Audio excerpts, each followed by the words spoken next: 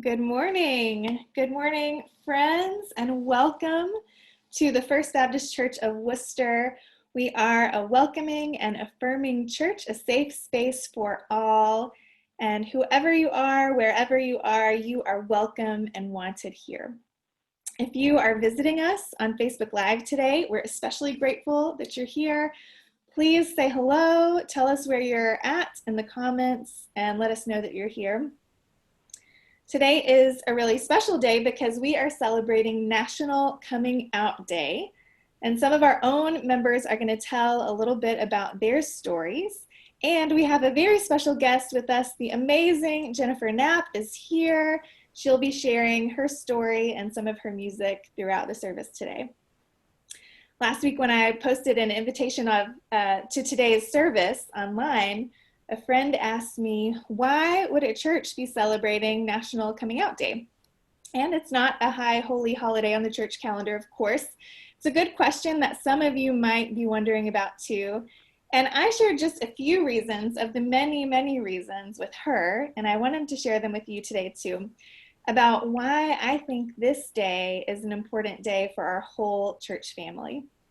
First of all, it gives us a chance as a church to be allies by coming out as a church in support of all the LGBTQ plus folks among us in our church and in our community as well.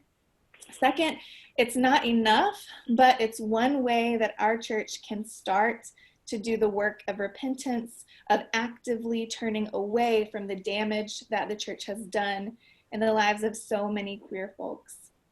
And then most importantly, celebrating National Coming Out Day at church is just one more way that we share the good news, the gospel news that you are a beloved child of God exactly as you are. God made you and your truest self is so, so good. There are lots of other reasons to celebrate, so please share your reasons why you're celebrating National Coming Out Day in the comments below or over in the Zoom chat as well. We'd love to see those. And now I'll invite you to take a deep breath, light a candle if you want to, grab a special object that's meaningful to you, set something with you, set your intention that this is a holy space, whether it's in bed in your pajamas or on your couch, at your coffee table, wherever you are, God is with you, and this is a sacred place and time. Will you pray with me? Gracious God, you create all things and proclaim them good. We give you thanks for your beautiful and diverse creation, those with whom we share in its beauty, and above all, for your steadfast love embodied in Jesus Christ, who reconciles us to you and to each other.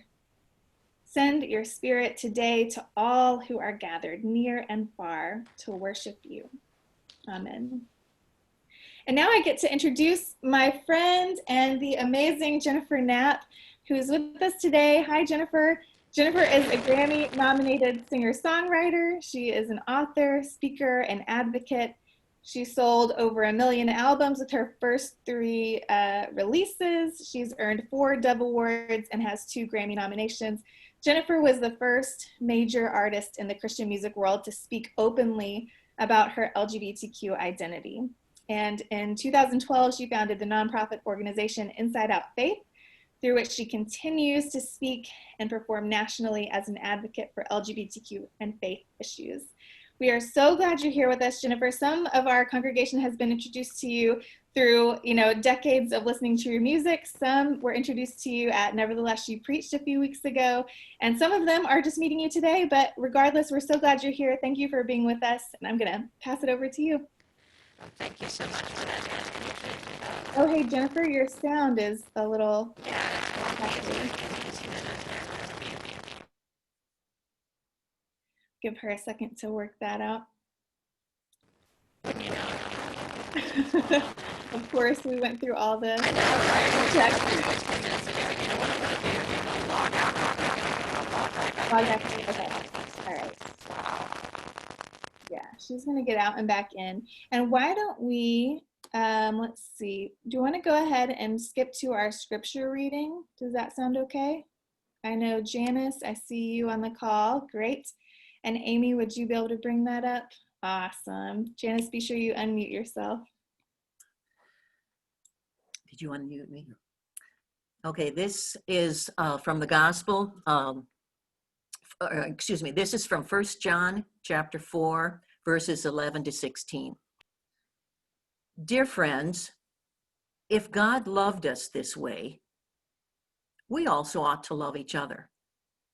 No one has ever seen God.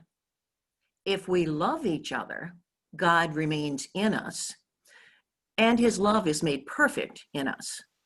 This is how we know we remain in him, and he remains in us, because he has given us a measure of his Spirit. We have seen and testify that the Father has sent the Son to be the Savior of the world. If any of us confess that Jesus is God's Son, God remains in us and we remain in God. We have known and have believed the love that God has for us. God is love, and those who remain in love remain in God, and God remains in them. May the Spirit of wisdom lead us to understanding. Thanks be to God. Amen. I think I see that Jennifer is back on. Do we want to try that again?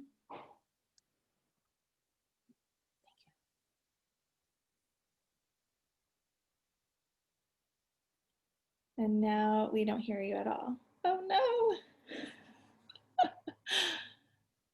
What's this, Jennifer? Can you all hear me? Yes, there you are. We hear you guys now. can hear me at least? We hear you now. Thumbs up if you can hear me. I can't hear anybody. All right, I'm going to sing this so we can get along, and then I'll fix this while we're in the middle of something. Thank you.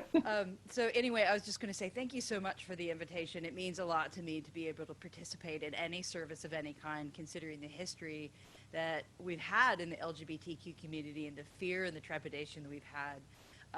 But with that, I would say introduce this next song as just one of the many prayers that I had as a new Christian in just trying to reconcile my own space within God's wonder, that God could look down upon us and see any kind of want, like just trying to comprehend the magnitude of what it means for God to reach for us, any of us, from such a lofty place that I thought, had been built up in my mind that the church had preached to me over the years. And so, this song is just one of many prayers. I used to sing it a cappella. I was driving down the roads and going to shows, and it's one of my mother's favorite songs. I feel very naked when I sing this song, so I don't sing it very often. But as a centering prayer, I thought this was the first thing I thought of, so I thought I'd just get up a little courage and sing it. All the chisels I've dulled, carving idols of stone that have crumbled like sand neath the waves. I have recklessly built all my dreams in the sand, just to watch them all wash away. And through another day, another trial, another chance to reconcile to one who sees past all I see. And reaching out my weary hand, I pray that you'd understand you're the only one who's faithful to me. All the chisels, all the pennies I've wasted in my wishing, well, I've thrown like stones to the sea. I have cast my lots, dropped my guard, searched aimlessly for faith to be faithful to me. And through another day, another trial, another chance to reconcile to one who sees past all I see. And reaching out my weary hand, I pray that you'd understand you're the only one who's faithful to me. You're the only one who's faithful to me.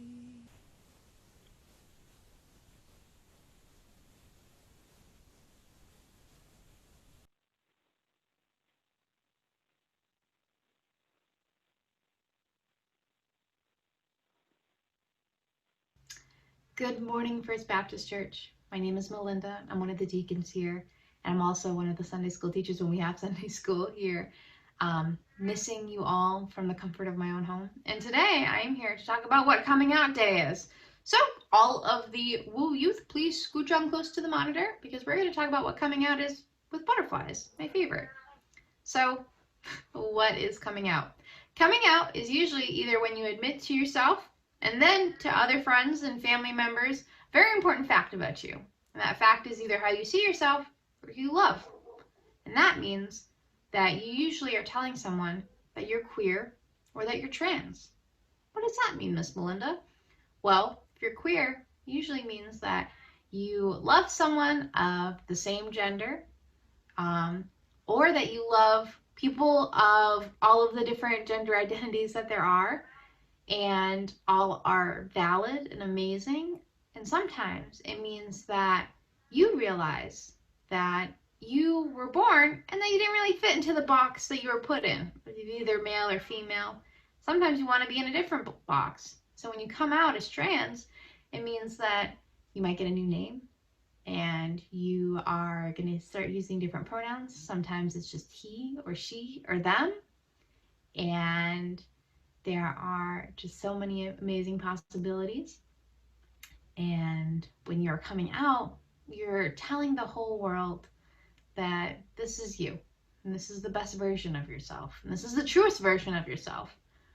And so I think of butterflies because butterflies all look the same when they start. They're all little caterpillars. They don't really do much. They just kind of eat, hang out, and as much as we all like to eat and hang out, they start to learn about themselves, and then they go into a cocoon. And when you're in a cocoon, you kind of just turn into mush.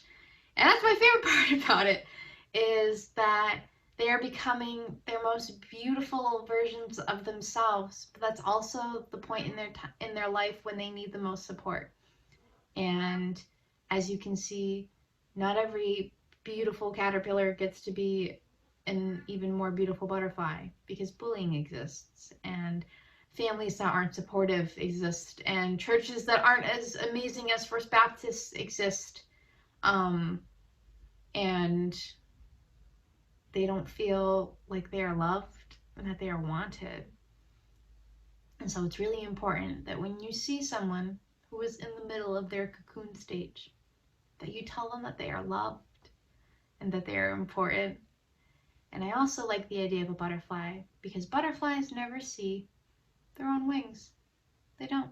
They live their whole lives and they don't know how beautiful they are, but they see everyone else.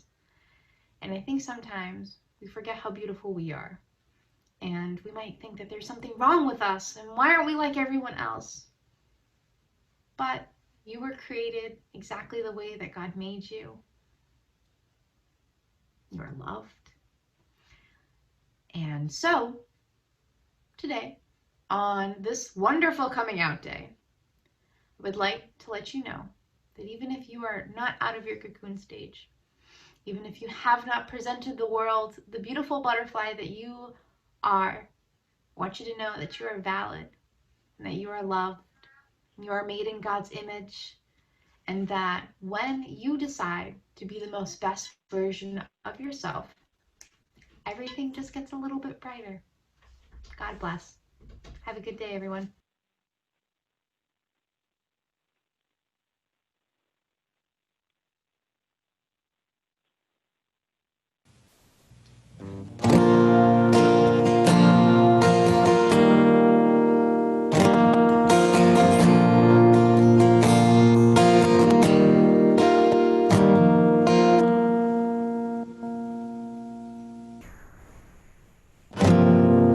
Prostrate, kneeling on the floor, skin and bone against a board, nervous brow and sweaty finger,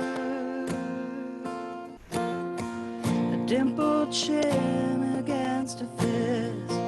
If this is fate, this is it. cross the lips and hope to linger. Whatever I ask for, you say you'll give. And all of this, my hope is built. I offer it up, though I can't see. And all of this, return to me.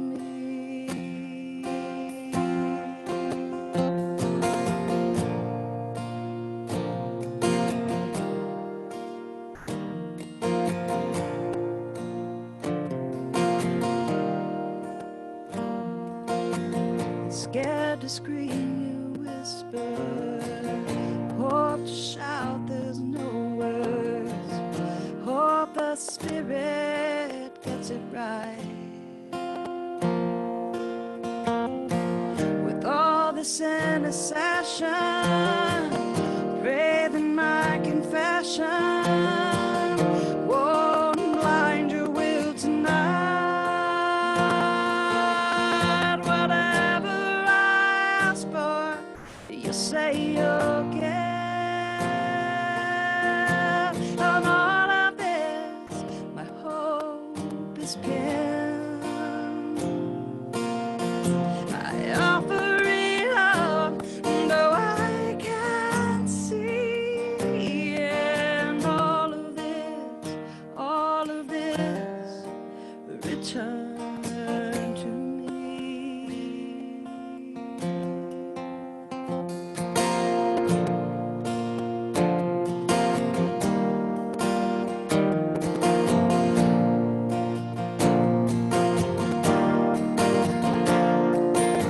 I'm scared to count the hours that I have wasted by talking to myself. But 1,000 years to you is but a day. And that's why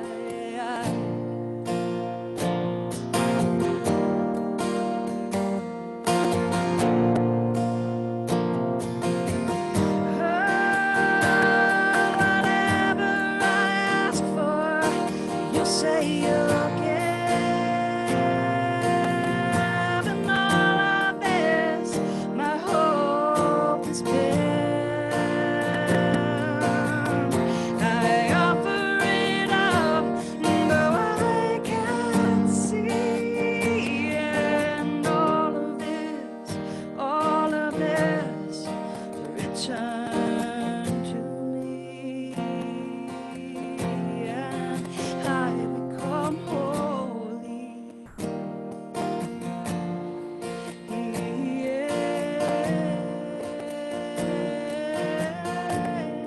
I become holy.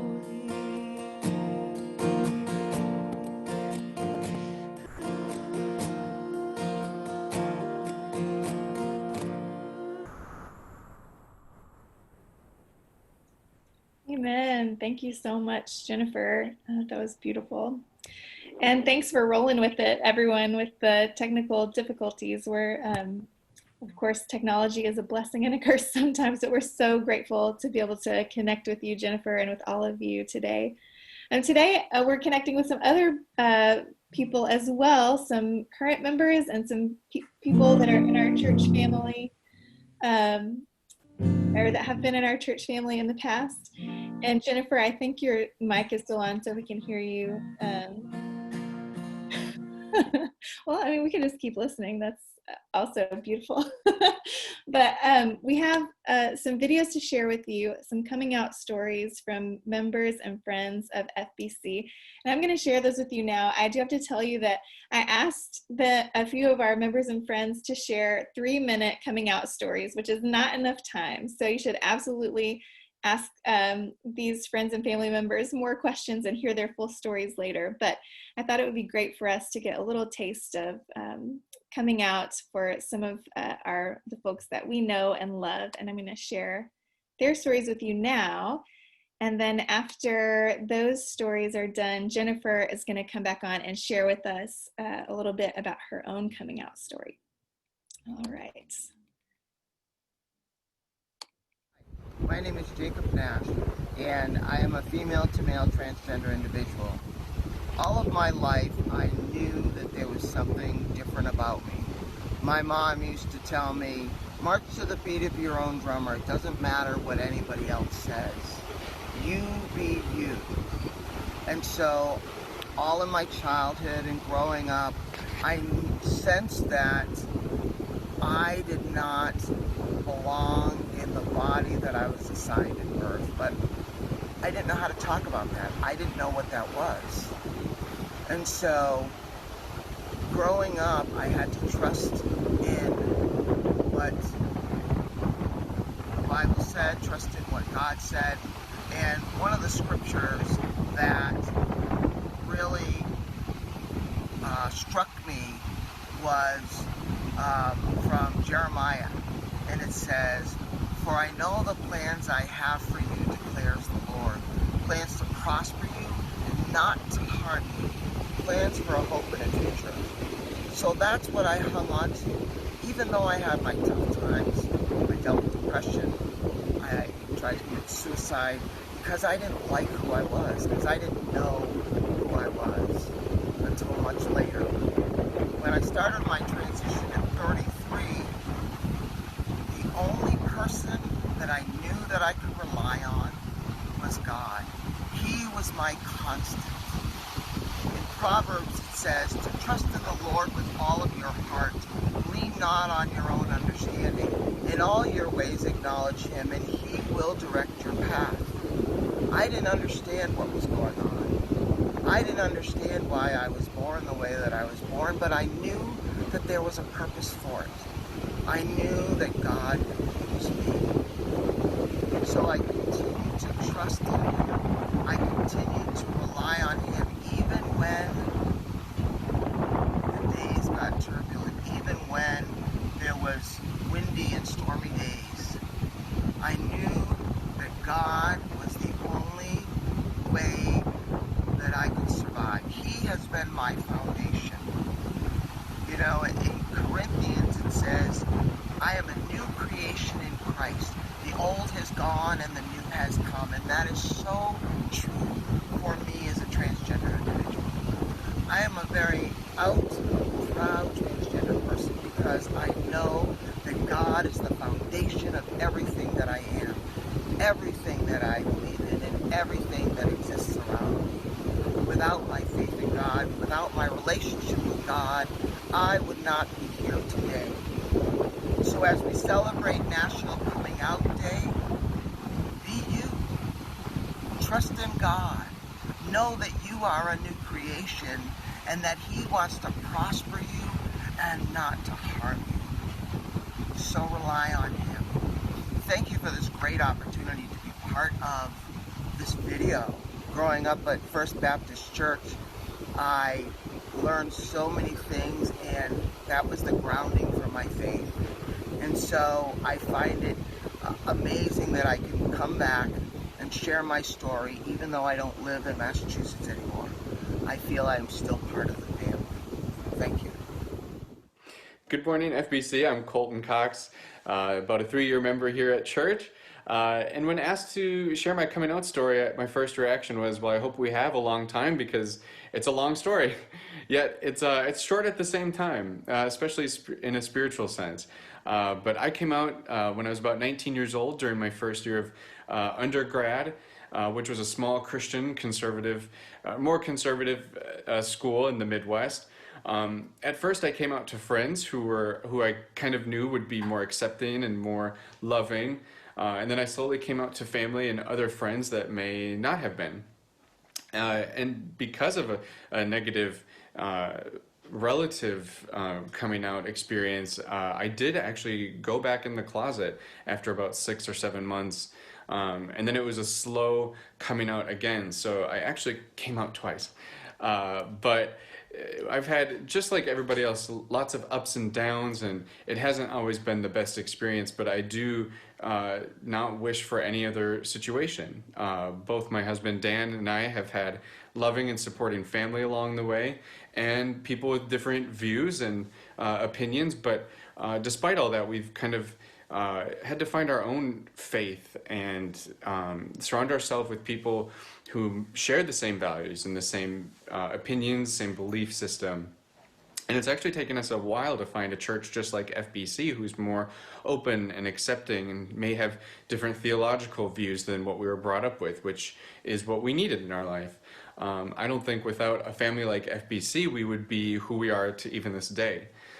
So we thank you for our church family, but we also are hoping to help others that may not share the same experiences we have. And so by attending and surrounding ourselves with people like FBC, we know that we can help be leaders, or at least family to those who may not have a family yet. So my coming out experience, though as short as this story may seem, my hopes and dreams are to help others who may not share the same experience, and also be examples, but also reflecting God's love on this earth. Hello everyone, my name is Daniel Carlo, and I'm hoping just to share a little bit about my coming out story with you all today. I came out at the age of 21 to my parents, having grown up in a pretty conservative Christian household. I was attending a private Christian college, and the day after I broke the news to my parents, they actually drove to campus to see me. Funny enough, I actually came out because I had been dating someone and things were looking to be pretty serious.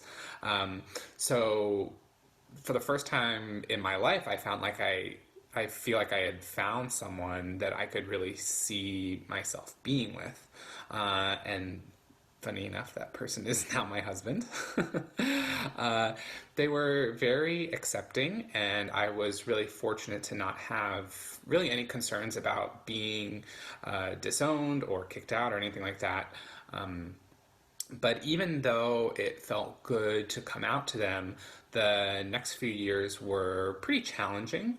They had a lot of questions for me, and I had a lot of questions to answer for them, and I almost had to rework or spend a lot of time reworking my relationship with my parents and my family and my friends, and definitely with God. It was tough to re-envision God's view of me and my relationship. And even now, there's always that little voice in the back of your head that makes you recall what people told you so many years ago. Fortunately, since living here in Massachusetts, in more recent years, I've been really blessed to have my FBC church family. Attending FBC and being part of such a vibrant and diverse church family has definitely opened my eyes to the depth of God's love for his children. And I really do feel like every time I walk through the doors of the church, or now in the current climate, sign into that Zoom, I do feel that God's love is so tangible through the relationships that I have with so many people at FBC. My name is Nicole Morris Clark, and I'm married to the love of my life, with whom I share a beautiful daughter. I was asked to talk about my coming out story. I spent over half my life in the closet, and I find that I've never really stopped coming out. It seems that being anything counter to societal expectations means that we end up coming out to everyone we meet, even if it's just in passing, especially now that we have a baby. At my age, the story is a long one, so I have decided to give an overview with a focus on a specific Jennifer Knapp-related anecdote, since she is our guest today. I became a Christian when I was 19. I already knew that I was gay, and I knew that it was not accepted at the church that I had started attending. I accepted Christ anyway, and I have never regretted that. During my time at this Southern Baptist church, I dated a guy on and off for 3 years. He and I attended a Jennifer Knapp concert together, and I wore out my Kansas tape after that. It still remains a fond memory. I cared for him, but could not commit because I was too busy trying to suppress a whole part of myself. I was also quite romantically attached to my straight Christian female best friend. A typical trope, I know. I'm not very original. Finally, I ended it with him and moved away for college. Far from home, I lived out of the closet and tried to find my way on my own. I went through a process of healing. It began with a phase of thinking that perhaps I had been abused as a child, and that was what was wrong with me. Then a phase where I believed I had mental illness, and as such, I could choose to live my life in sin, but should not expect to be treated like a normal person who deserved to have equal marriage rights, etc. Lastly, I came to understand that I was made in God's image, and God makes no mistakes. With that revelation, I began to believe I deserved to be treated with respect and valued like any other human being.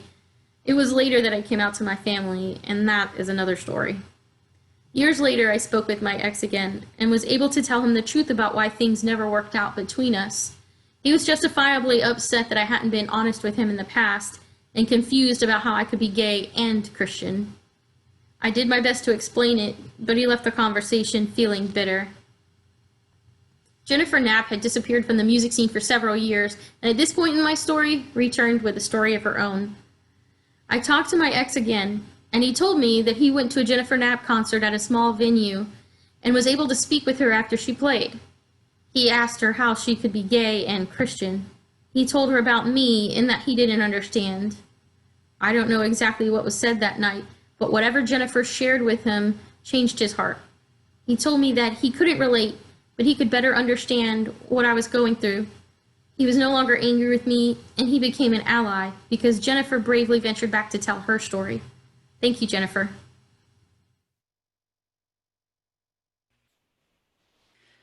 Whoa. I was warned in advance that that might be a bit of a tearjerker, and indeed, I'm going to have to file that away for half a second and cry about that later. I think that's, to me, like one of that's skipping to the end really fast of what I have to say today. So kind of put that in the back of your mind about this component of coming out, not just what it means for us individually, but also what that means for us corporately. And I think really apropos of why celebrating together is so important, this National Coming Out Day, my favorite gay holiday, as I like to say. But when I think about in context, coming out, I go back to I've started to develop this narrative of three moments in my life of learning. And they may seem unrelated, I think, for a second, but just hear me out. I'll list them first and I'll talk about them in a second. In chronological order, but not necessarily in order of importance, but these are significant moments in my life. One was the day that I made a decision to be a Christian. In an evangelical sense, I gave my life to Christ. It was one of those, scales dropping off of your eyes, dancing in the streets, naked kind of moments. I felt something had happened significantly in my life when I said, I'm going to turn toward God. That was the day I, quote unquote, got saved. Weird.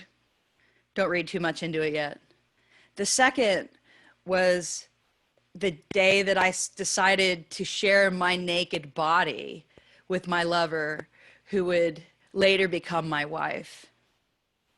And the third was when I came out publicly. Now, before I kind of tie all of those three events together, let me just stop a moment on my own coming out experience, in that for me, most of my coming out was really gradual, just as a descriptor, really gradual. Like my mother outed me, for example, to myself. I was using all this veiled language about this person that was significant in my life. It was clear that I was having this relationship, that I was going out on dates of discovery and meeting this new person that meant a lot to me in my life. And then one day, there were no pronouns in there, no gender specific things. It's like, it was just like this person. And all of a sudden my mom one day on the phone was starting to get the gravity of this relationship. And she just said, Jen, is this person a she? Like it sounded like these are very kind of girl on, like the person opposite me was a girl. And my mother kind of asked me about that, put me on the spot, the very first person who ever did it. And at the moment where I just like knew that I had to tell it wasn't about telling a lie or a truth. It was just like I knew that like the answer to this question was yes, Mom, this is a she, and this she is really important to me. And wow, something incredible is happening here, and I'm so glad you noticed. And so it wasn't this issue. It wasn't like this kind of grand, behold, ta-da, I'm gay to my mom. It was just like, what's happening in your life, and I really care. And to be able to kind of reveal that was really important. But that was kind of like these quiet ways that just happened. Like they were just organic. People meeting my partner, realizing that my partner opposite me was of the same sex that I was, and that just happened. And I've been really fortunate. I've got a family that's been very accepting of that. I've been a Christian music rock star, so this was like, that was already weird enough for them to have shared my life with the whole world, that this new thing that was happening in my life almost seemed inconsequential to these other experiences that I'd had. So my family kind of rolled with the punches, and as did my partner. But when it came time to me to perform again, and when I wanted to step back into the public life that I'd had, I knew that there was an obstacle that I was going to have to say, because I didn't like living my life in secret. I didn't do it in my private life. Everyone around me knew who I was. I was just myself. And if I was going to go back and perform, I didn't want it to perform as some person that was different from myself. There was some part of that I just knew that people were going to find out. And I didn't want my LGBT community to think that I was hiding that in some way, that I was ashamed of other people or that I was ashamed of myself. So it became necessary for me to basically, as a public figure, broadcast this. So I don't know if any of you have ever had to put on a headline in a newspaper any declaration about your sexual orientation, but it is a really unusual experience. I see Gordon nodding his head, and I just want to go, imagine, Gordon, that your headline says, I am fill in the blank of something that happens in the private spaces of your life, the intimate relationships. I mean, this is not a normal thing to experience, to have to just make these kinds of, media driven proclamations. But there it was kind of the obligation of what I had to go through. All that being said, it was, just a really hyper big version of what all of these little things happen. So if I'll go back to the three things, my coming out, my being naked in front of my partner, becoming a Christian, I want to talk about what those three things have in common and why they were so significant and why I tie them together. Because each one of those, and why I put them in chronological order, becoming a Christian, having my partner see me, and coming out. In some way, all of those events kind of led up to these practices and these opportunities to learn about these moments in our lives that we share or relinquish and open ourselves up to and share with the world, or kind of just open the door to a room that people are able to see or to look into, of some kind of essential truth about who we are. Just, you get to see it. And I'm not really comfortable all the time with this idea that I was in the closet, because I wasn't. But there are moments in time where, with the relationship or with the wider world or with the community, in kind of these organic ways, that we present ourselves just not as something, but just in a theological context, I am. Like, those were I am moments to me. In my turn toward God, this moment of saying, I am. And Peter Gomes said, I am what I am, and I got what I got. And when you say that in that moment, there's nothing else behind you. That's what makes it so terrifying. There's nothing else behind you that's going to, that you can go, hey, look over here is a diversion. You've taken the mask off, and people see you as who you are. It's not anything, it's not necessarily a reconciliation, it's not a justification, it's just being and being seen. And so that was a moment where I was willing, a moment and a practice point in my life with God, where I'd already had this experience of saying, God, I am what I am, and I've got what I got. And man, am I ready for you to see me and I hear you, and I really do want to connect, and I not just want to be loved by you, but I want to have this relationship. I want to be present in this relationship without the bells and whistles, without the masking. The same thing with the intimacy in a relationship. For anyone who's married, for anyone who has a deeply rooted friendship, for anyone who's ever shown themselves in any way to another human being, that moment of nakedness with my partner was like, there's nothing, the lights were on. And I just remember this sense of feeling the exhilaration. It wasn't a moment I'm not even associating this memory necessarily with sexual pleasure, but with this idea that almost the floor falls out from underneath of you, but you're still levitating. You're still there, and the catastrophe that you're certain is going to happen doesn't. That, the person before you sees and beholds and rejoices at what they see because you've taken the courage to give them the opportunity to see it. And so by the time I get to the coming out stage, I've had a couple of really significant moments intimately and in private and in the holy journey of my life to be able to go, wow, this coming out thing to the rest of the world, like the foundational people in my life were there to be able to solidify in me these experiences that I knew that there were safe, intimate, and holy places that I could go where I knew that I was me, that I could say I am, and have a context that was foundational and supportive. So by the time we get to the chaos of a much wider world that is so much harder for us to control, so much harder to imagine what's going to happen because there's so many other people and variables that you don't know. But for me to know that I'd gotten to that place because whether I knew it or not, I'd been made ready by these exercises and these practices of slowly having these experiences of being able to be who I was in front of other people.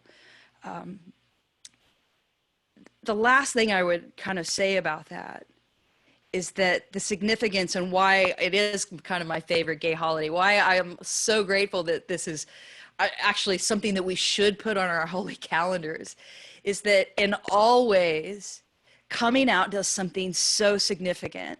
And there are a variety, Natalie was talking about the church coming out, these moments in our lives that are not just LGBTQ. We don't just come out LGBTQ. Like, I hate to bust up the LGBTQ narrative. We don't own it.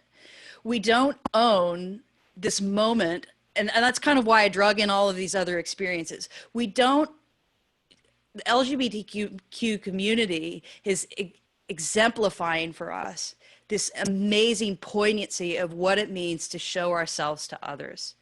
It is a holy thing. It's terrifying because it shows you where you are unapologetically for who you are. And it's vulnerable. It's a gift to be able to do that, not just for yourself, not just for connecting to the divine, but it completes the whole relationship that God has in God's kingdom. Not just for us intimately, it does that. With us, with God, it does that also. But it also, in that sacred relationship, allows us to connect and make the body whole. In coming out, what we do is not only find a way to liberate ourselves, but as we grow and as we strengthen the understanding of who we are created to be, my take is that we give not only, a strong branch to be growing from that tree that knows itself, but also invites others and encourages others to grow and heal along with us. Had I not come out, I wouldn't have known that I had allies. Had I not come out, even with the worst of days, had I not come out, I wouldn't have known or been a part of any, like, it turns out, like, when I came out, like, I thought I was just done with my relationship with the church. I would describe it at the time as like realizing there was like what seemed like the secret movement among people of all Christian kind of kaleidoscope, from evangelicals. It wasn't just the progressives. It was like this whole group of Christian people that were just waiting for our flowers to bloom and get enough of us to say, we have been here for a long time. We have been here a long time as being people who do not want to make this the dividing line amongst us. We have been here a long time saying we want to celebrate this. And the more and more of us that we tell that story, we get to see the wider and wider picture of who it is that we not only are as individuals, but who we are and can be as a community. So coming out is not only something that's rewarding for you as an individual, but to me, absolutely is a gift back to the rest of us who need to see who you are, who prosper because we see you prospering. So I suppose I'll leave it there, except for I want to say one other thing, that I do think coming out is a true act of self-care. That moment where we see who we are and we're able to celebrate before God who we are on any given day. It's not a matter of grace or the save a wretch like me. I just got in a big argument the other night about grace and all of the ways in Christian faith we kind of deprecate ourselves as if God needs to come and rescue us, rather than this other perspective that we might take on that says, for God so loved the world that God went to great extenuating circumstances to reach out to us where we are and to who we are. So I will leave it at that. Say thank you so much for letting me have this space and welcome Natalie back in, and hopefully we'll have a bit of a conversation. Oh my gosh, thank you so much for sharing, Jennifer. Wow, that was beautiful. And thank you to Jacob and Daniel and Colton and Nicole and Melinda as well for all sharing so beautifully. We're going to have some time after the service in the Zoom room to do a little bit more chatting with Jennifer. But Jennifer, I have two quick questions I thought I could ask you here while everyone's still on. And the first one is, and again, just really briefly, because I know these are big questions, so take it wherever you want. But what advice or encouragement do you have for LGBTQ folks who find themselves now in a similar situation that you were in? Well, maybe not exactly the same with the newspaper headline, but in a place that isn't always a safe space or a church family that might or might not be welcoming. What advice do you have for them as they're considering coming out, or maybe they already have? Yeah, who was the fellow with the BVT sweatshirt on in the videos? Was it Daniel? Oh, I didn't notice this. The shirt. Anyway, one of the gentlemen talked about how he came out of the closet and they went back in. It was Colton. Colton, great. Colton, go back and listen to Colton's video. I think Colton spoke to it really well. Like there's this ebb and flow. And I think one of the horrors that I have, or the concerns that I have by us celebrating National Coming Out Day, and I also think of Harvey Milk, right, who is very famous for saying, you must come out. You must, but I would say that you must come out, but I don't want to oversell it. The advice I would give is come out to yourself. Of all things first, come out to yourself. Whatever that means, however long that takes, that is a deeply personal and private spiritual journey that I would just say take as long as you need. Like, don't take for granted that this may take a long time. Whatever it is that coming out, it may be with your sexual orientation, it may be with your gender identity, but I don't stop at that. Like, I think there is so many other things that we try and rush in our modern age as we celebrate, right, the rejoicing and the victory of all these things. In the end of it, there really is no end. So my thing is, it's definitely going to take your time, get to know who you are, and establish some sense of your own self before you feel the pressure of feeling like you have to live up to this expectation out there, some imagination of who you should be as a gay person out in the public. But secondly, the other thing I would say is that you're right. Not everybody's going to welcome you. Not everybody's going to understand that. And that's why that first part makes so much has so much importance and significance to me. But everything is on a timeline and it's gradual. And to not, yeah, I think that would just be it, like for today anyway. The starting step for me, and my advice, is definitely not rush it, to not feel like you have to just swing the door open, because that privacy matters. Your self-care matters, and knowing who and where to share that is not just strategic. It's, you know, it's healing to be able to have positive experiences instead of just running into a room of people, you know, that's not necessarily, unless you're ready to, you know, like start a fire. That's not necessarily what I'd recommend. Get to know yourself, get to know you're loved, and be around those people who will help you and support you. Just kind of slowly build that up is an acceptable approach. Mm-hmm. Thank you. All right, one more question, and that is, what is your advice to churches like ours who are open and affirming and who want to be better allies, better co-conspirators with the LGBTQ community, both in our own church, among us, and in our community as well? Yeah, the first person I think of actually was Jean Bishop Robinson. As many of you probably or may not know, he was one of the first openly gay bishops in the Episcopal Church. Am I getting that right? Yeah, Natalie? I think I'm getting that right. As far as his, that's all right. But Jean, one of the things that Bishop Robinson said was, you know, if somebody tells you that you're gay, and this was within the context of faith community, he said, if somebody tells you that you're gay, believe them.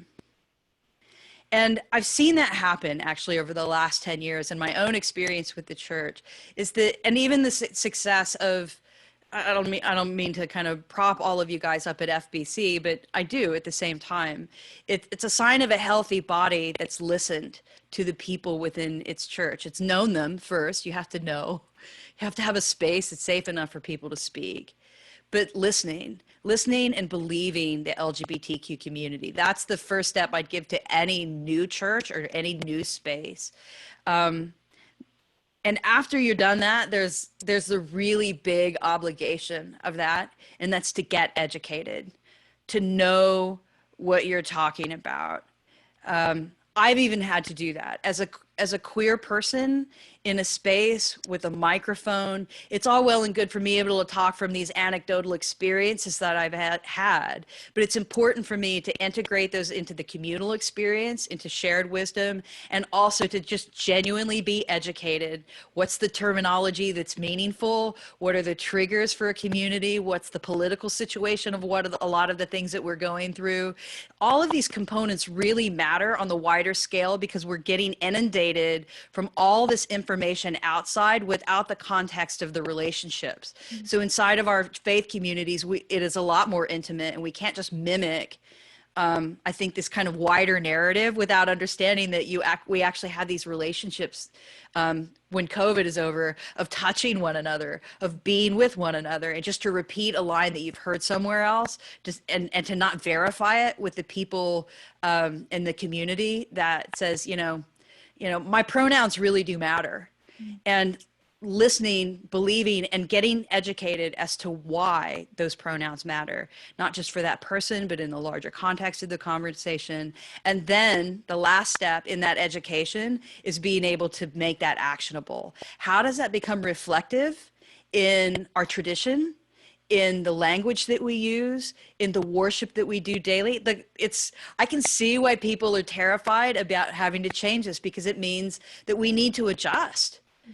We need to be willing to adapt. I've had to do that privately as an individual. I think any of us that experienced a theological shift or a theological growth realize that something changes from the way that it was the day before, and that, you know, we do something different perhaps in our tradition that may buck the tradition because it doesn't look like it did yesterday. It looks different. It challenges that. It makes maybe a couple of people alongside of us going, what are you doing? This is what I'm doing now. Because if you'll listen, if you'll believe, if you'll, you know, be able to walk with me on why this is the way that it is, that you'll be able to celebrate with me. Oh, that's so helpful. Thank you so much. Thank you, Jennifer, for the encouragement and challenge. And thank you, church family, for being a space where we can listen and believe and take action steps. Beautiful. Stay around if you're on the Zoom call afterwards and we'll chat a little more, but we're going to continue our worship now with our pastoral prayer.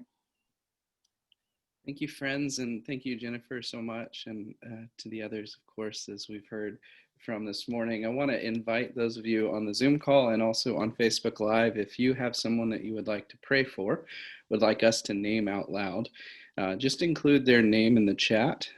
Just do first names, and we'll name those before God. And if you prefer not to, we'll still trust that God knows our hearts and needs. So join me in prayer as we give thanks, oh God, for these powerful stories, moving stories, inspiring stories of your grace and presence in the lives of many of our church members here and others from beyond who are part of your church, who are part of your family.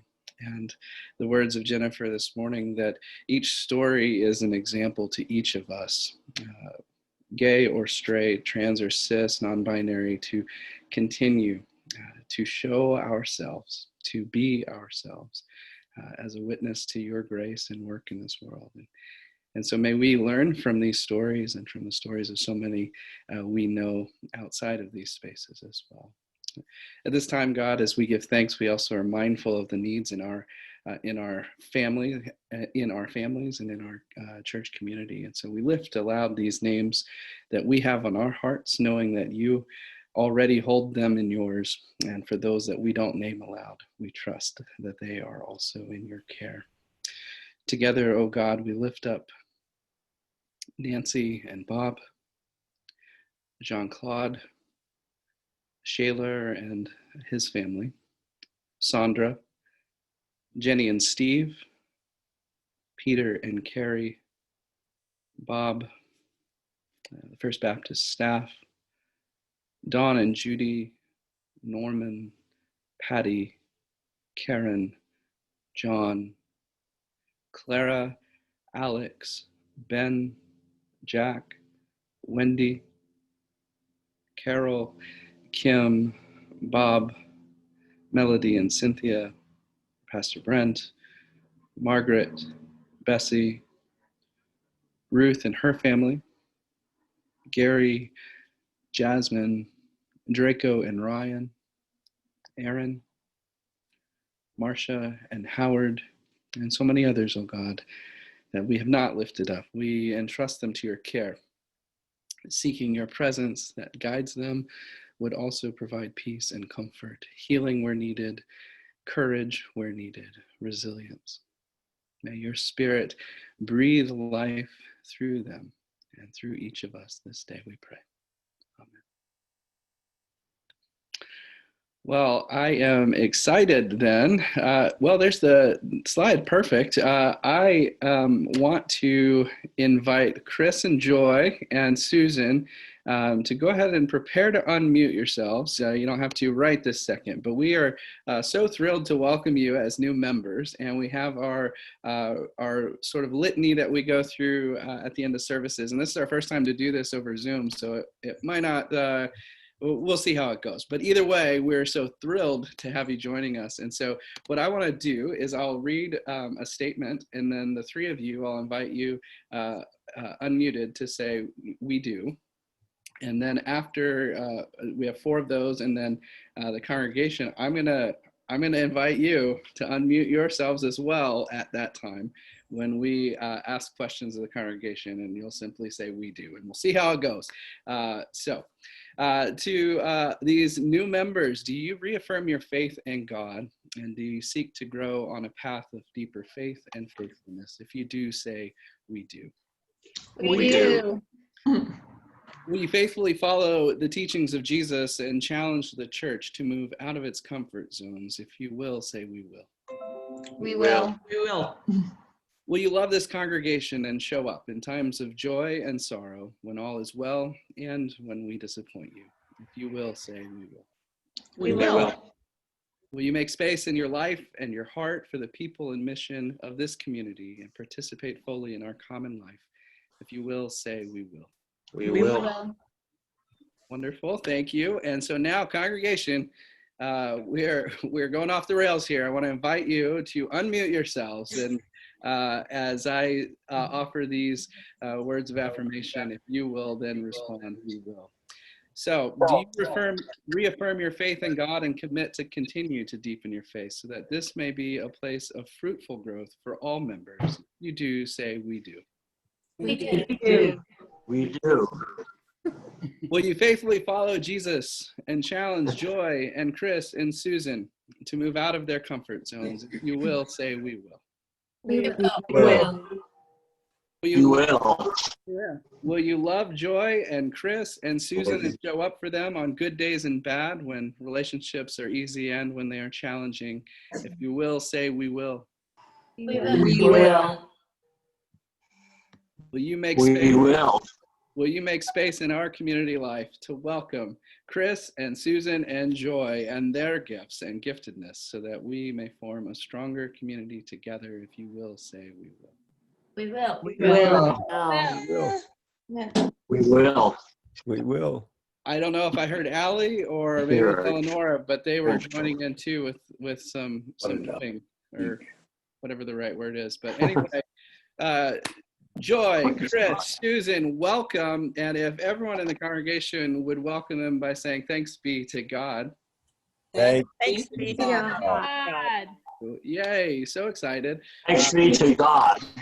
Our first official new members in the Zoom era of Corona time. So welcome. It's a regular thing. So wonderful. And we'll hang around as we already know after the service, like always.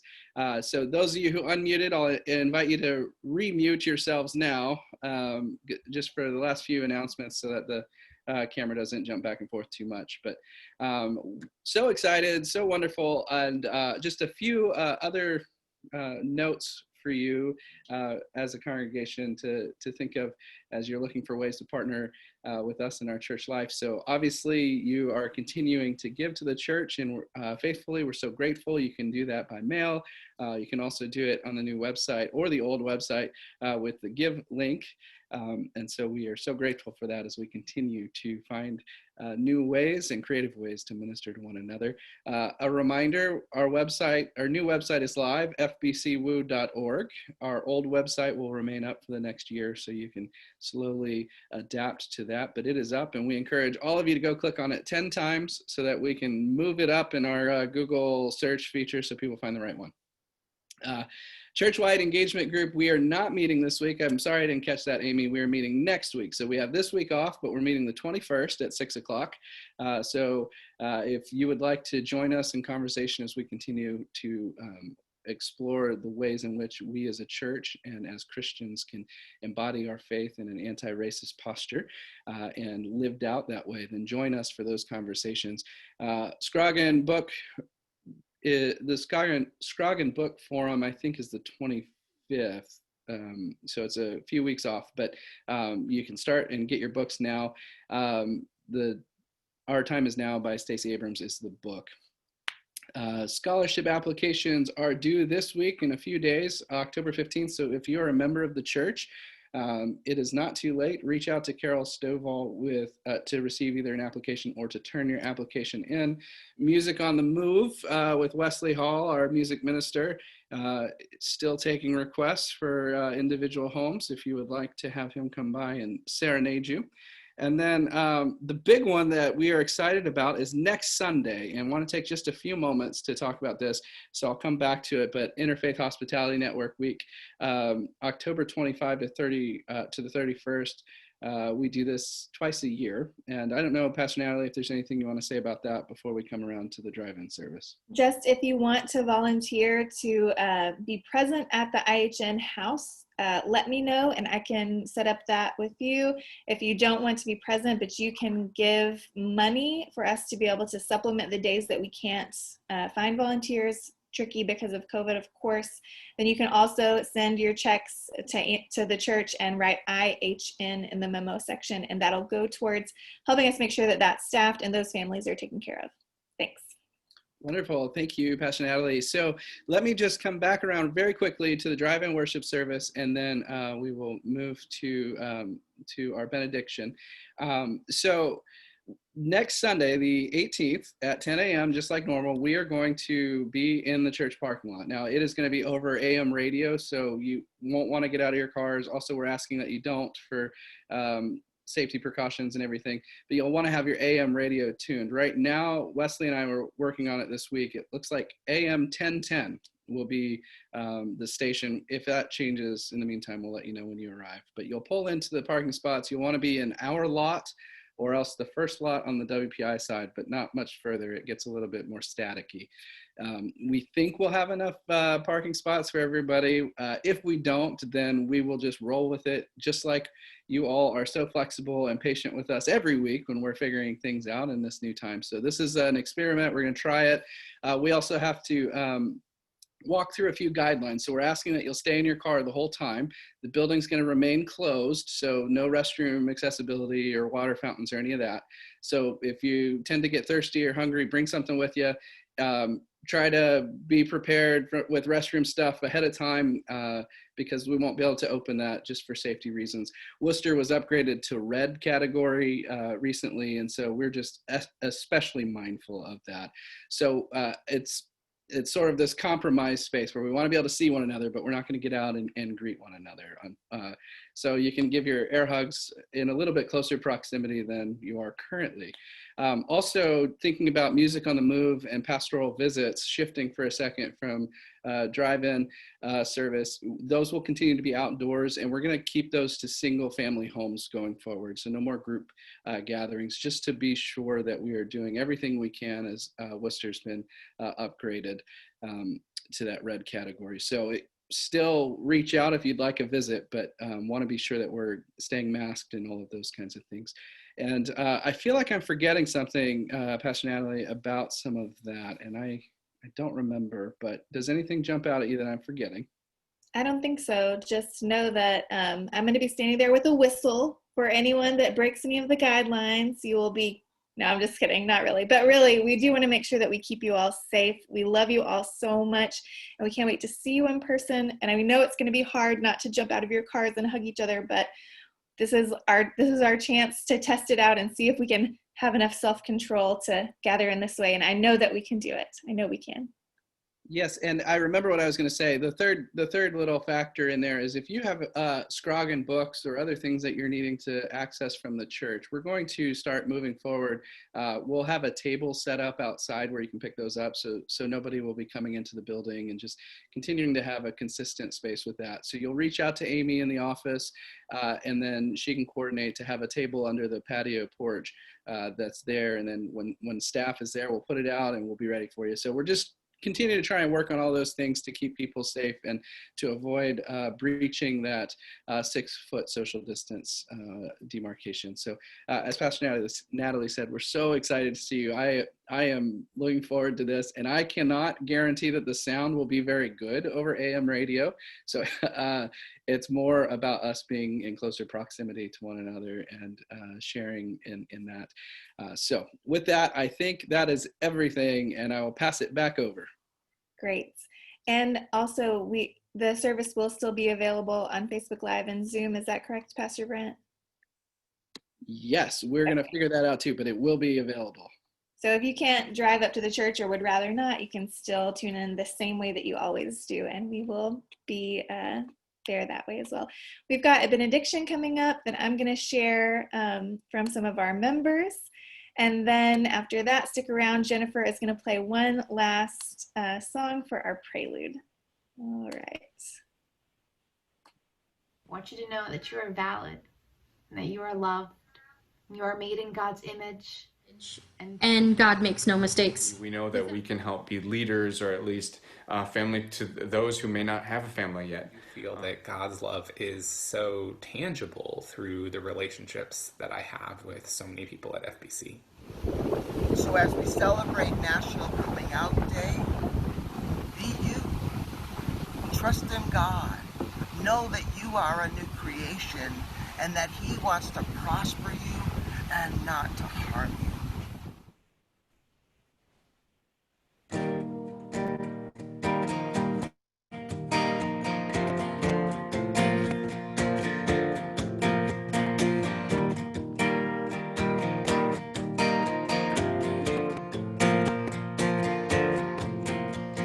Lay down, have your dream.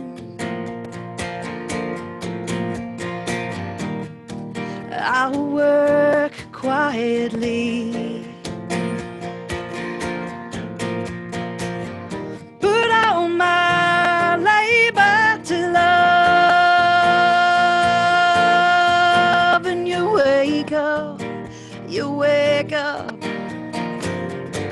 feeling enough. You will want for nothing, know the truth that will be waiting for you. Will want for nothing, you will want for nothing.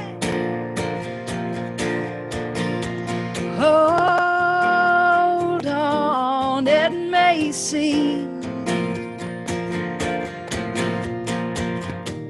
a few small words can come between.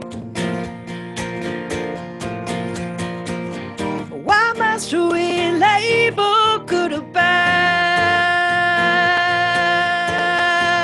Let's wake up, wrapped in the joy and the wonder that we have a want for nothing, know the truth that will be waiting for you. Will want for nothing, you will want for nothing. Gravity can offer, won't pull me down. You're no ball and chain, you're a comfort. I love the steady pull, I love the steady pull. The wings from me, I've no need for these things. Without you, where have I to fly? Oh, let's lay down, I have everything when you're beside. I want for nothing, know the truth, I will be waiting for you. Will want for nothing, you will want for nothing. Oh, you will want for nothing, know the truth, I will be waiting for you. Well, want for nothing, you will want for nothing. Oh, you will want for nothing, you will want for nothing.